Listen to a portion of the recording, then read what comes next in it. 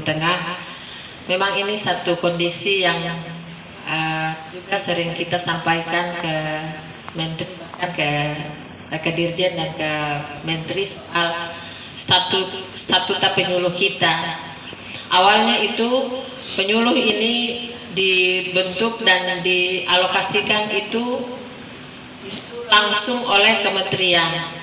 Ya, jadi kita ingin kalau persoalan-persoalan yang terjadi di lapangan seperti ini, kemarin baru rapat kemarin saya bilang ke Dirjen, Pak Dirjen, kita tarik saja penyuluh kita ke pusat.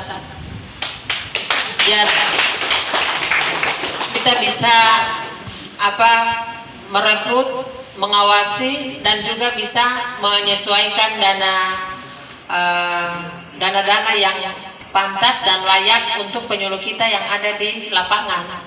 Begitu. Karena terus terang penyuluh kita ini diharapkan bisa menjawab persoalan dasar para petani, para nelayan, peternak yang butuh ada pendampingan, mau bertanya apa-apa saja, dia harus ada yang bisa memberikan semacam bimbingan lah seperti itu. Nah, hanya saja kita itu terkendala dengan Undang-Undang Nomor 23 begitu tentang pemerintahan daerah otonomi khusus, ya, yang dimana ada beberapa kewenangan yang tidak bisa diambil langsung oleh pusat, begitu, sehingga ada ya semacam konflik interest, begitu, kepentingannya ingin ke pusat, di daerah juga ingin di daerah agar bisa koordinasi langsung dengan daerah. Nah, ini yang menjadi salah satu persoalan juga bapak-bapak, ibu-ibu sekalian. Tadi sebagaimana disampaikan ya misalnya oleh Pak Askar ya, soal dokter hewan yang minim bahkan tidak ada ya di Maluku Tengah. Saya baru saja tanya ke Bu Dokter di samping, beliau juga dokter hewan ya di Provinsi Maluku, satu-satunya ya dokter, satu-satunya.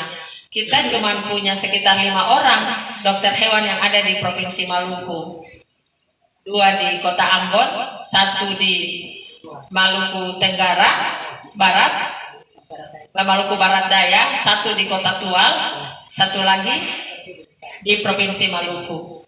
Jadi memang ya kondisi kita itu kekurangan sekali. Jadi ketersediaan dokter hewan ini juga masih rendah, masih belum ada bahkan gitu. Kemarin pada saat penerimaan PNS kita masih diberikan kuota untuk dokter hewan, tapi yang tes itu juga tidak ada karena bisa jadi ya anak-anak kita, mahasiswa atau calon mahasiswa ini nih yang berminat untuk masuk ke kedokteran hewan ini kan kurang begitu. Banyak yang kalau tanya itu mau jadi apa, mau jadi dokter, dokter apa, dokter anak, dokter kandungan, ya dokter gigi. Tapi kalau dokter hewan emang mau jadi dokter sapi, dokter ayam begitu. Ya jadi kemauannya itu tuh sangat kurang gitu. Ada bahkan kalau tanya rata-rata jadi tentara dan polisi. Jadi dokter itu tuh sangat kurang. Jadi ini juga satu tantangan bagi kita semuanya. Mudah-mudahan nanti kalau misalnya disampaikan kebutuhan ini keluar bisa menjadi perhatian, tapi sudah tentu konsekuensinya juga besar ya.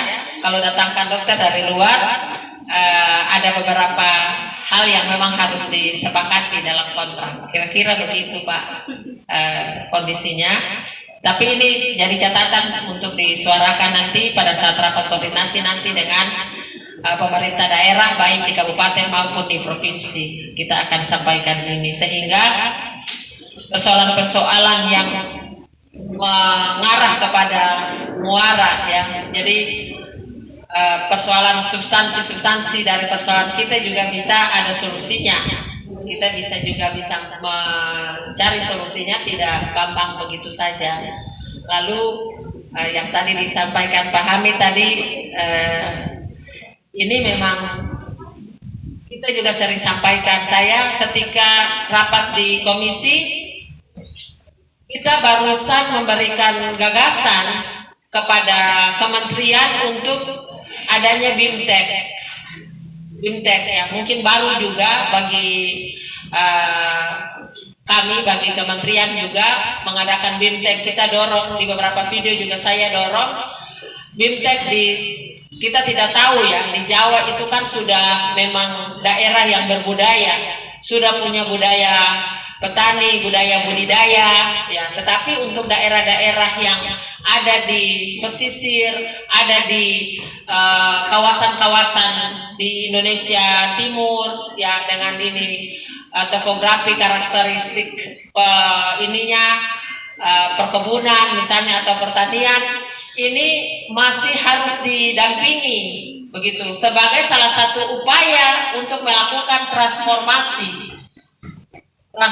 percepatan pengetahuan, peningkatan kapasitas, bagaimana agar budaya, kultur, mindset kita bahwa menjadi petani itu sebagaimana di daerah-daerah yang makmur mengelola sawahnya, mengelola daerah ladang pertaniannya, mereka bisa makmur. Kenapa kita yang punya lahan begitu luas, yang besar, tapi mindset kita itu menjadikan petani itu sebagai sebagai satu cap yang tidak terhormat lah begitu. Nah, saya kemarin di Saleman waktu isi BIMTEK kepada petani Cengkepala, saya bilang kalau saya sebagai penentu kebijakan di daerah ini, saya akan bikin satu kebijakan kepada dinas-dinas terkait. Kita buat program unggulan berbasis potensial desa yang harus ditata dalam suatu konsep yang berkelanjutan dan berkesinambungan. Petani kita bila perlu kita dampingi, kita